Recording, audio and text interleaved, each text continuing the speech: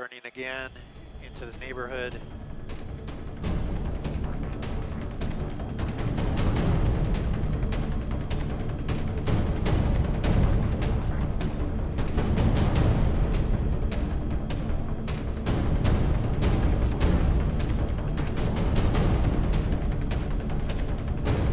Oh no, he hit that car.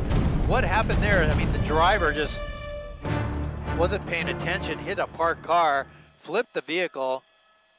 Wow.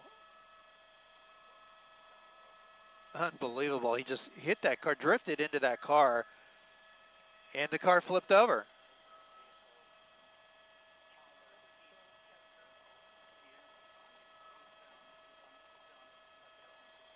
Now the LAPD is going to move in, try to rescue the driver. Here he comes out of the vehicle. And it looks like he's out. He's unconscious.